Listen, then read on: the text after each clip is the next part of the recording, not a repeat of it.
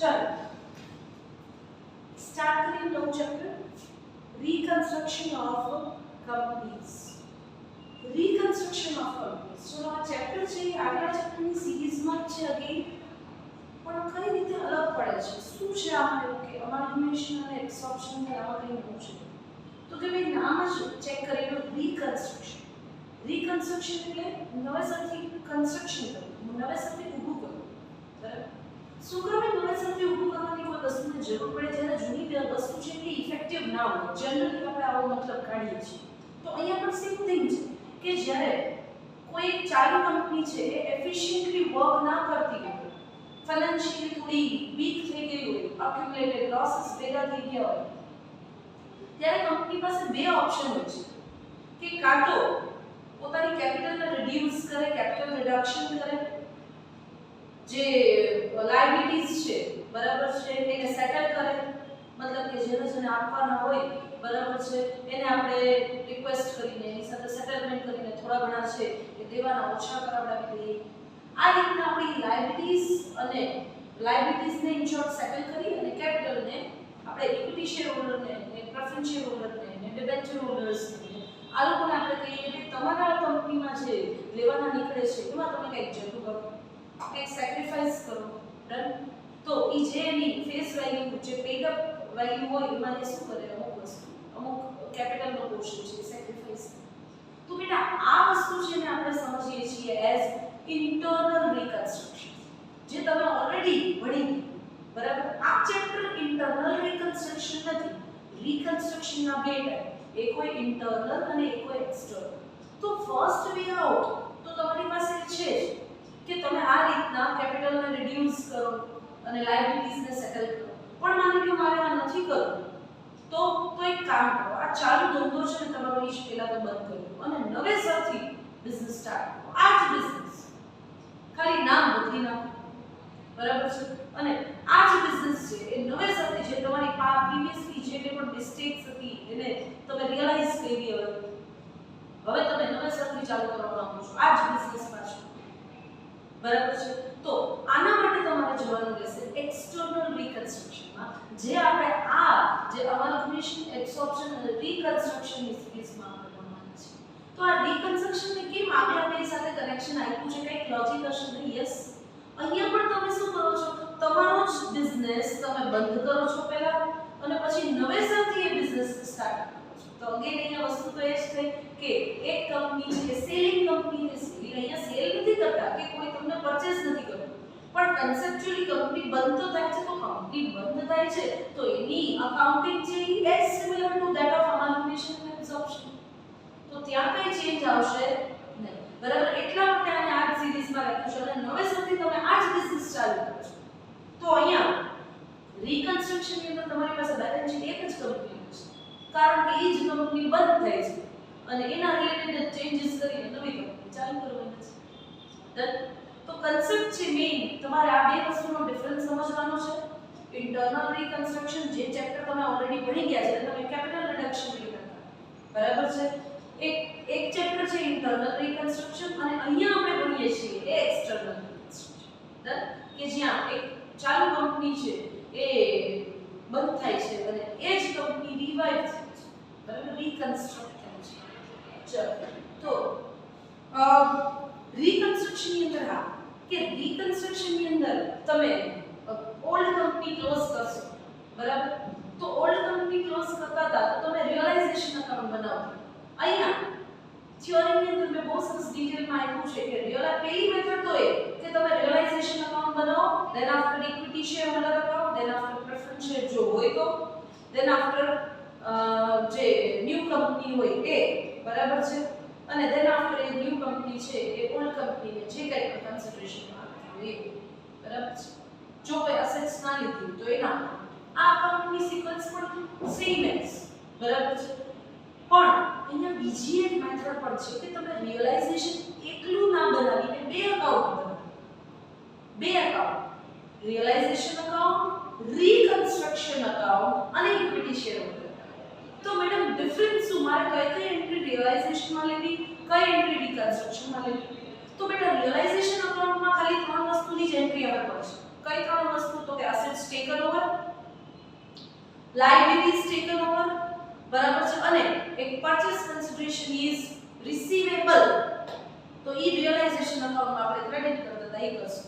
બાકીનું બધું એટલે કે માની લો કોઈ એસેટ નથી લીધી, ડિસ્પોઝ ઓફ કરી, બારોબાર તમે ઇન્વેસ્ટમેન્ટ માની લો નથી લીધા, ઇન્વેસ્ટમેન્ટની વેલ્યુ ટ્રાન્સફર કરી ઇન્વેસ્ટમેન્ટ અકાઉન્ટ, ઇન્વેસ્ટમેન્ટ તમે વેચ્યા અને પ્રોફિટ થયું, ઇન્વેસ્ટમેન્ટ તમે વેચ્યા અને લોસ થયો તો એ પણ ક્યાં જશે? રિકન્સ્ટ્રક્શન અકાઉન્ટમાં, રિયલાઇઝેશનમાં જશે નહીં. બરાબર છે. જેમ કે લાયબિલિટી, નવી કંપનીએ નથી લીધી, જૂની કંપનીએ પે ઓફ કરી, કે ફાયદો થયો તો પણ રિકન્સ્ટ્રક્શનમાં, કે નુકસાન થયું તો પણ રિકન્સ્ટ્રક્શનમાં. એક નવી વસ્તુ રિકન્સ્ટ્રક્શનમાં બીજું શું જશે? તો કે તમે અત્યાર સુધી ઓલ રિઝર્વ્સ છે, બરાબર છે, ઓલ ફિક્ટિશિયસ એસેટ્સ છે, એ ક્યાં ટ્રાન્સફર કરતા હતા? Equity share holder. ઈ ક્યાં ટ્રાન્સફર થશે? રિકન્સ્ટ્રક્શન. બરાબર. અને રિયલાઇઝેશન અકાઉન્ટ ક્લોઝ કરીને એની બેલેન્સ ક્યાં નાખતા હતા? અત્યાર સુધી ઇક્વિટી શેર હોલ્ડરમાં, પણ હવે રિયલાઇઝેશન અકાઉન્ટ બંધ કરીને ક્યાં નાખશો? રિકન્સ્ટ્રક્શનમાં. રિકન્સ્ટ્રક્શન બંધ કરીને ક્યાં નાખશો? Equity share holder. બરાબર. આટલો ચેન્જ. આના રિલેટેડ સમ્સ પણ તમને આપેલા છે એક્ઝામની અંદર. જો તમને રિકન્સ્ટ્રક્શન અકાઉન્ટ બનાવવાનું કે તો બનાવવાનું, બાકી આપણી મેથડ જૂની જ વાપરવાની, રિયલાઇઝેશન. રીઝન બેટા આપણી મેથડ છે, ઓપ્શન છે તમારી પાસે કે તમે રિકન્સ્ટ્રક્શન બનાવો છો તો, બરાબર, પણ જો કીધું નથી તો આપણે રિકન્સ્ટ્રક્શન અકાઉન્ટ બનાવવાની જરૂર નથી. આપણે આપણી જૂની method realization, equity share holder એ જ મેથડ. ચલો આના માટે એક એક્ઝામ્પલનો એક સમ ગણીએ છીએ આપણે. Sum number 4. You are given the following balance sheet of, excuse me,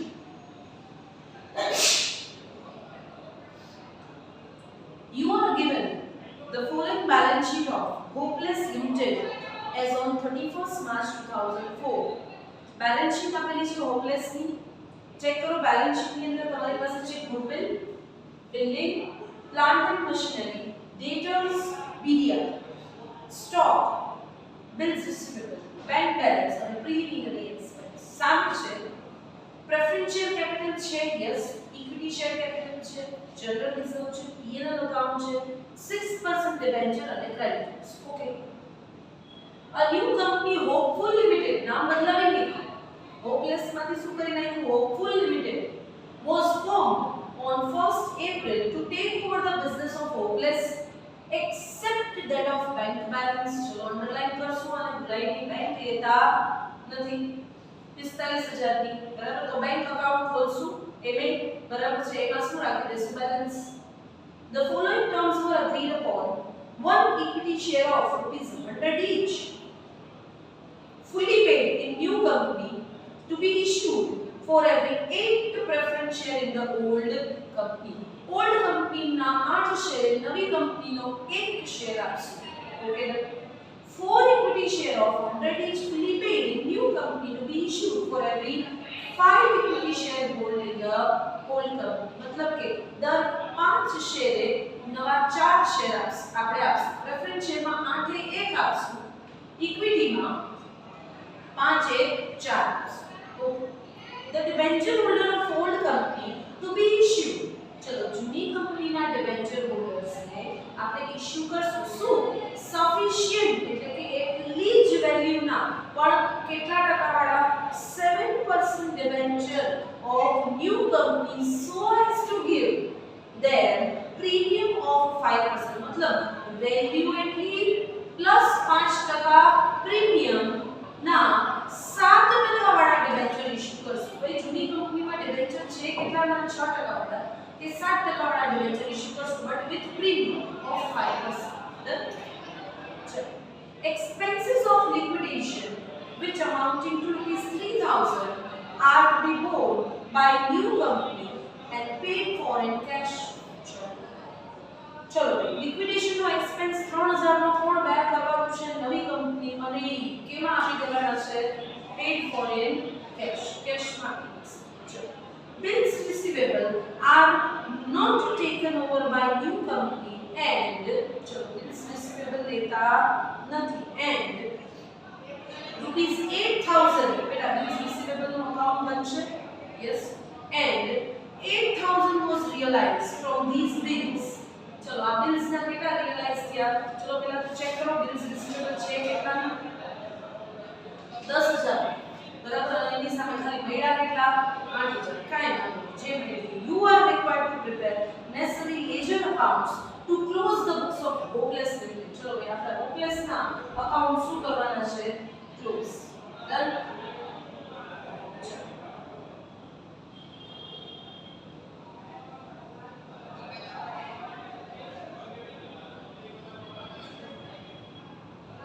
भाई as usual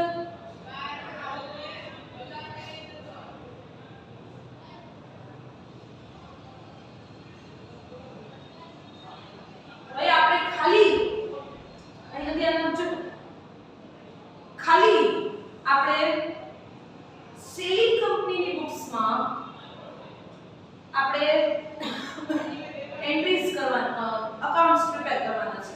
તો બેટા નેટ એસેટ ના કેલ્ક્યુલેશનની જરૂર ખરી? બોલો તો.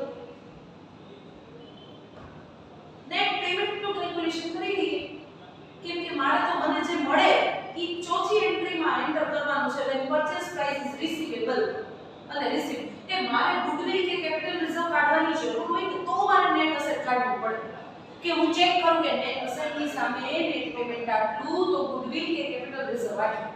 હવે બેટા અહીંયા મારે નવી કંપનીની બુક્સમાં કાઈ કરવાનું જ નથી મારે બેલેન્સ શીટ બનાવવાની, નથી મારે જર્નલ એન્ટ્રી કરવાની. તો મારા માટે ગુડવિલ કાઈ કે કેપિટલ રિઝર્વ કાઈ કામનું નહીં.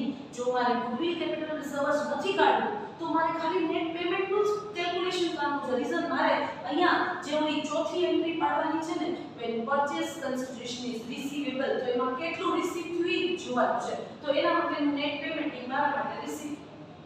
તો નેટ એસેટ ના કેલ્ક્યુલેશન ની જરૂર નથી, પણ જો ભૂલના એક્ઝામ ના પ્રેશરમાં તમે કેલ્ક્યુલેટ કરો છો તો તમને રિયલાઇઝ થઈ જશે થોડી વારમાં કે આ સારું ખોટું ગયું, ટાઈમ વેસ્ટિંગ છે. બરાબર. તો અમુક વસ્તુ આપણે જોવાની રીઝન આ બધા ક્વેશ્ચન્સ છે લેન્ધી હોય છે. એક જ પેપરની અંદર તમારે અમાલ્ગમેશન, એબ્સોર્પ્શન, રીકન્સ્ટ્રક્શન ના 3 સમ સોલ્વ કરવાના છે. અને એ સિવાય તમારા બીજા ચેપ્ટર્સ તો ખરા જ. બરાબર છે, બીજા 2 ચેપ્ટર. તો બેટા ખાસ અહીંયા ધ્યાન રાખવાનું, ટાઈમ આપણો બચે એટલા માટે આપણે અહીંયા નેટ એસેટ નું કેલ્ક્યુલેશન જરૂરી નથી તો કરશું નહીં, ડાયરેક્ટલી નેટ પેમેન્ટ. ચલો નેટ પેમેન્ટ ની અંદર આપણે સૌથી પહેલા ઇક્વિટી શેર હોલ્ડરને શું આપીએ છીએ? તો કે દર 5 શેરે 4 શેર આપીએ છીએ. તો ઇક્વિટી શેર છે કેટલા જૂની કંપનીના? ચેક કરો નંબર ઓફ શેર્સ કેટલા ઇક્વિટી શેર? 2000 કેટલા? તો ભાઈ 2000 કેટલા? તો કે 1600 શેર આપીએ છીએ. કેટલાના કીધા? તો કે 100 રૂપિયા વાળા. સરસ, બહુ સરસ. ચલો તો 160 નું ઇક્વિટી શેર હોલ્ડરને પેમેન્ટ. ચલો પ્રેફરન્સ શેર હોલ્ડરને દર 8 એક આપીએ છીએ. તો પ્રેફરન્સ શેર કેટલા? તો કે 10000 એ કેટલા? તો કેટલા થયા ભાઈ? 1250. ઇક્વિટી શેર આપીએ છીએ કે ભાઈ પ્રેફરન્સ શેરની સામે પ્રેફરન્સ શેર નથી આપતા. જો સાંભળજો, 1 equity share for every 8 preference share. તો બેટા પ્રેફરન્સ શેરને આપણે શું ઇશ્યુ કર્યા? Equity share. તો અહીંયા 1250 ઇક્વિટી શેર. તો આને 1600 અને 1250 equity share of 100 is to 125. તો બેટા ટોટલ પેમેન્ટ કર્યું કેટલું? 2,85,000. ચાલો હવે અહીંયા મારે ખાસ તો શું કરવાનું છે? અકાઉન્ટ્સ બનાવવાના છે. તો ભાઈ આ સમ માટે મેં તમને છે ને રીકન્સ્ટ્રક્શન અકાઉન્ટ બનાવીને એટલા માટે જ આ સમ લીધો છે. આ તમને ચેક કરો, તમને પાછળ કીધું નથી હો, તમને ખાલી એમ જ કીધું you are required to prepare necessary ledger. Reconstruction account બનાવવાનું કીધું નથી. બરાબર છે, પણ મેં બનાવીને આપ્યું છે. શું કામ? કેમ કે માની લો એક્ઝામ ની અંદર તમને રીકન્સ્ટ્રક્શન અકાઉન્ટ બનાવવાનું કીધું તો આપણે આવડવું જોઈએ. બરાબર છે, નથી કીધું તો વેરી ગુડ. આપણે જેમ કરતા હતા એમ બધું રિયલાઇઝેશન ને ઇક્વિટી શેર હોલ્ડરમાં જ પતી જશે. બરાબર. ચલો તો આપણે અહીંયા સૌથી પહેલા તો all asset transfer to realisation account. Asset transfer કરો. એસેટમાં મારી પાસે છે goodwill, building, plant and machinery, debtors. Debtor અહીંયા 52 લઈશ અને સામે બીડીઆર લઈશ. બરાબર. ચલો ડેટર્સ અને બીડીઆર, પછી સ્ટોક. ચલો બિલ્સ રિસીવેબલ તો લેતા નથી. તો બેટા બિલ્સ રિસીવેબલ લેતા ન હોય તો બિલ્સ રિસીવેબલ નું શું કરવાનું પડે? અકાઉન્ટ. ચેક કરો. દેખાય છે બિલ્સ રિસીવેબલ અને બેંક બે એકાઉન્ટ બનાવ્યા છે. શું કામ? તો કે બે નવી કંપની છે ઈ આ બેંક લેતી નથી. તો ભાઈ બેલેન્સ છે ચેક કરો. આની બેલેન્સ કેટલી? 10000 લખી લીધી અને આની બેલેન્સ 45000 બેંક ની લખી લીધી. રિયલાઇઝેશન માં જશે. ચલો અસેટ સેટ બધું આવી ગયું. અસેટ ના નામે બધું આવી ગયું. યસ. ચલો હવે ચેક કરીએ liability side. all liabilities transferred to realization account. ચલો liabilities transfer કરો. લાયબિલિટી માં મારી પાસે શું છે? તો કે 6% ડિબેન્ચર અને ક્રેડિટર્સ બીડીઆર તો થઈ ગયા. પૂરું. ચલો નેક્સ્ટ હવે મારી પાસે શું છે? તો કે ભાઈ share holders fund transfer two share holder account. તો બેટા ખાસ ધ્યાન આપજો. મેં રીકન્સ્ટ્રક્શન અકાઉન્ટ અહીંયા બનાવ્યું છે ને, તો શેર હોલ્ડરના ફંડમાં ખાલી શું ટ્રાન્સફર કરીશ? શેર હોલ્ડરની capital, reserve, surplus, fictitious asset બધું ક્યાં જશે? Reconstruction account. ભૂલવાનું નહીં. બરાબર? તો ઇક્વિટી શેર હોલ્ડરમાં ખાલી શું ગઈ? Equity share capital. કેટલી છે equity share capital? 2.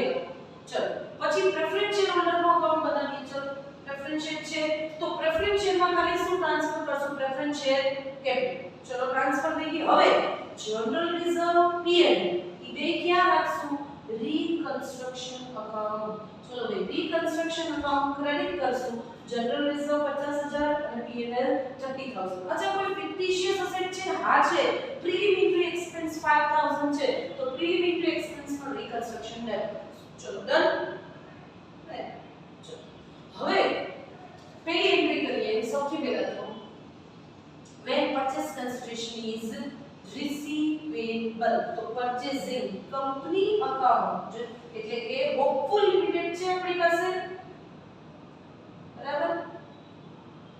purchasing company account debit to realization. Check કરો purchasing company account debit. બેટા આ purchase consideration realization માં જશે, reconstruction માં જશે નહીં. બરાબર? અહીંયા સુધીની વસ્તુ ખાલી ક્યાં જશે? realization. હવે પછી બધું ક્યાં જશે? reconstruction.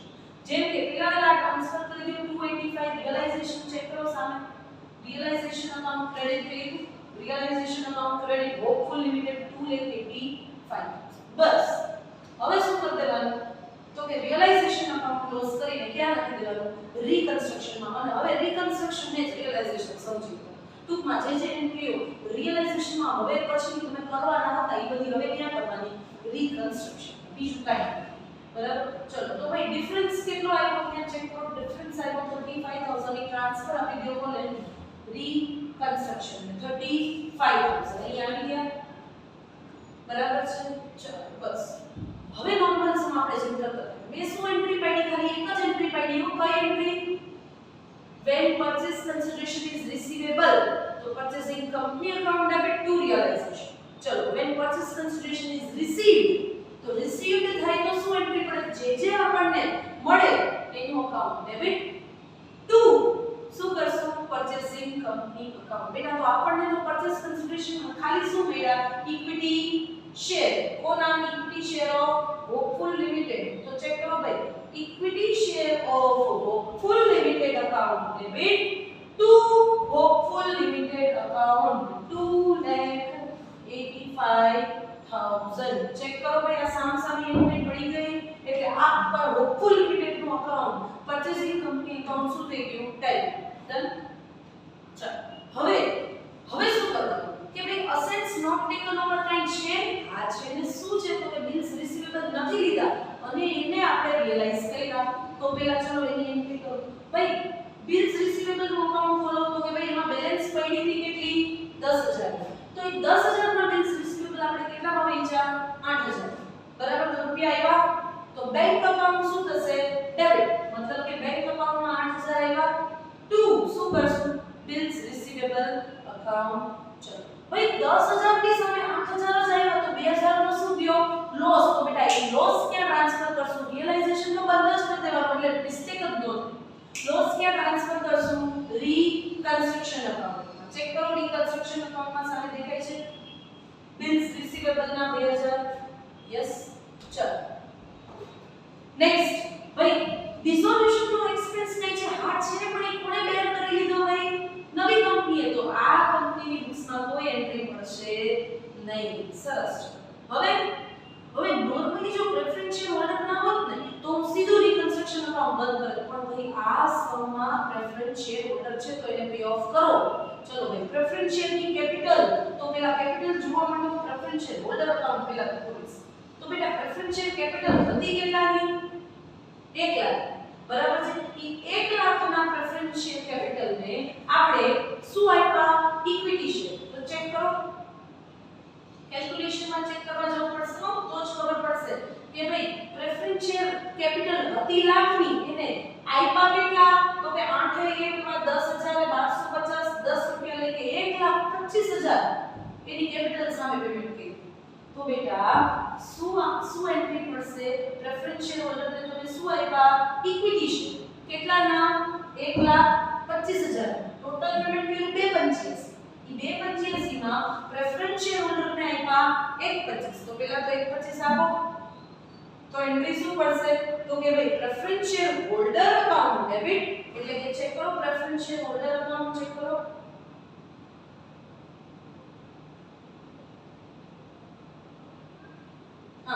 Preferential holder account debit to equity share of Hopeful Limited. કે એને આપણે શું આપ્યા બેટા? Equity shares. બરાબર કેટલાના આપ્યા? 1,25,000 ના. તો ભાઈ વાર્તાના પરથી એવી કંઈક દેખાય છે આપણને કે લાખ રૂપિયાની કેપિટલ સામે નવી કંપનીમાં એને 1,25,000 નું પેમેન્ટ કર્યું. તો 25,000 વધારાના પેમેન્ટ કર્યા બેટા, તો ઈ કોને જશે? રિકન્સ્ટ્રક્શન ને. અત્યાર સુધી ક્યાં નાખતા હતા આપણે? રિયલાઇઝેશન. પણ એટલા માટે જ ને ત્રીજી એન્ટ્રી ઓલી પરચેસ કન્સિડરેશન ની એન્ટ્રી કરીને રિયલાઇઝેશન બંધ જ કરી દેવું, એટલે ભૂલ જ ના થાય. બરાબર? કેમ કે પાછળનું બધું કોણ સંભાળવાનું છે? રિકન્સ્ટ્રક્શન. ચલો તો ભાઈ અહીંયાથી આ 25,000 છે ઈ ચેક કરો રિકન્સ્ટ્રક્શન અકાઉન્ટમાં. રિકન્સ્ટ્રક્શન અકાઉન્ટમાં ચેક કરો પ્રેફરન્શિયલ હોલ્ડર અકાઉન્ટ 25,000 ટ્રાન્સફર કર્યા. ચલો પ્રેફરન્શિયલ હોલ્ડર્સ પે થઈ. હવે જે કંઈ પણ રિકન્સ્ટ્રક્શનમાં હવે કેમ કે કોણ વધ્યું? Equity share holder. તો પહેલા તો રિકન્સ્ટ્રક્શન અકાઉન્ટ કરો બંધ. રિકન્સ્ટ્રક્શન અકાઉન્ટ બંધ કરો. બેલેન્સ વધી, હા 13,000 બેલેન્સ વધી. બેટા એ 13,000 ની બેલેન્સ કોને ટ્રાન્સફર કરો? ઇક્વિટી શેર હોલ્ડર ને. ચેક કરો 13,000 ડન. ચલો હવે ઇક્વિટી શેર હોલ્ડર ને પે કરતા પહેલા તમારા કોઈ અકાઉન્ટ ઓપન છે તો કે જે ના લીધું હોય એમાં બિલ્સ રિસીવેબલ ને બંધ કરી દીધા, પણ બેંક હજી ખુલી છે. બેંકમાં 45,000 ની બેલેન્સ હતી, બિલ્સ રિસીવેબલ ને 8,000 આવ્યા, તો બેંક અકાઉન્ટ છે એમાં બેલેન્સ કેટલી એવી બેટા? 53,000. પહેલા 53,000 કોના કહેવાય? Equity share holder. આપી દો ઇક્વિટી શેર હોલ્ડર. તો equity share holder account debit to bank. Check કરો 53,000 આવી ગયા. ચલો હવે ઇક્વિટી શેર હોલ્ડર ને બીજું શું આપ્યું? તો કે નવી કંપનીના ઇક્વિટી શેર આપ્યા. બરાબર કેટલા રૂપિયા? હમણાં જ આપણે એની કેલ્ક્યુલેશન શું કર્યું? 1600 ઇક્વિટી શેર આપ્યા. 100 રૂપિયા લઈ, એટલે કે 1,60,000 ના ઇક્વિટી શેર આપ્યા. તો ભાઈ શું આપ્યું? તો કે equity share of hopeful limited. બરાબર છે? ચેક કરો ભાઈ તમે એને 160 ના હોપફુલ લિમિટેડ ના ઇક્વિટી શેર કેપિટલ આપ્યું. બરાબર? તો એન્ટ્રી શું પડશે? તો કે equity share holder account debit to equity share of hopeful limited. કેટલા? 1,60,000 અહીંયા ક્રેડિટ અને ઇક્વિટી શેર હોલ્ડરમાં 1,60,000 અહીંયા ડેબિટ અને equity share holder account debit.